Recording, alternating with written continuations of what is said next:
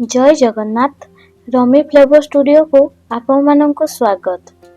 आज आमे बनेबा ओट्स खीरी। ओट्स खीरी आम देह पाई बहुत स्वास्थ्यकर होबा सहित बहुत सहज और अल्प समय रे बनिकी रेडी हो जाय थाए।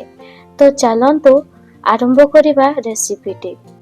प्रथमे गैस को ऑन करि नबा, सेथिरे गोटे कड़ाई बसई कड़ाई को गरम होबा पाई छाड़ी दबा।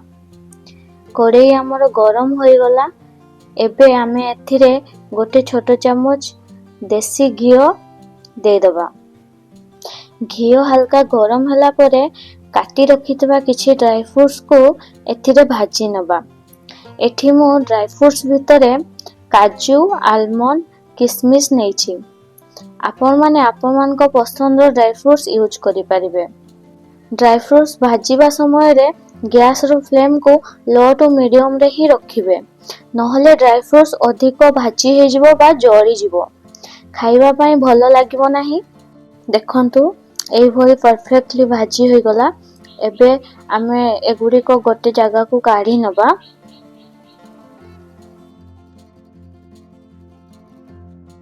एबे से सेम कड़ाई रे हाफ टी स्पून घिओ देई ओट्स को हल्का भाजी नबा। एठी मु ओट्स हाफ कप नेछि, क्वांटिटी हिसाब रे 100 ग्राम। एहा को भलो भाबरे मीडियम फ्लेम रे भाजी नबा। ओट्स को किछि समय भाजीबा परे ओट्स रो हल्का वासना आसीबा आरंभ हो जिवो, जानिबे ओट्स परफेक्टली भाजी होई गला। एबे आमे एथिरे गोटे ग्लास खीर बा 250 ml रो खीर देई दबा। ओट्स को भलो भाबरे खीर सहित मिसई नबा। ओट्स सहित खीर भलो भाबरे मिसी जिबा परे ढांकुणी देई 3 रु 4 मिनिट पर्यंत सिझिबा पई छाड़ी दबा। पाखा पाखी 5 मिनिट हे गला। एबे आमे ढांकुणी खोली की चेक करि नबा। देखंतु ओट्स हमर सिझिकी केते बढ़िया भाबरे गाढ़ा हे गलानी। एबे एथिरे आमे मिठा पई 2 बड़ चामच मिश्री पकई दबा। मु एठी मिठा पई तार मिश्री को गुंड करी यूज करिछि। आपण माने नॉर्मल चीनी बा गुड़र यूज करि परिबे। जदि चीनी रो यूज करचंती तेबे फुटिबा समय रे पकांतु। आउ जदि गुड़र यूज करचंती तेबे फुटिबा समय रे बिल्कुल भी पकांतुनी। ओट्स कंप्लीटली रेडी हो जिबा परे शेष रे गैस रो फ्लेम को ऑफ करिबा परे यूज करंतु, नहले खीर छिड़ी जाई पारे।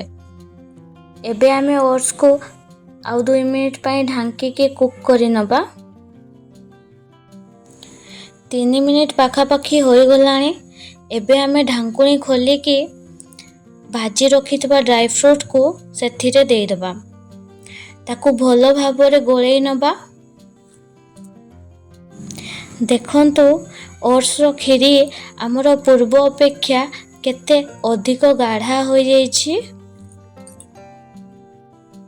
एहा को एई भली रखिबे, जमा भी अधिक पतला करिवेनी कि अधिक गाढ़ा करि नेबेनी।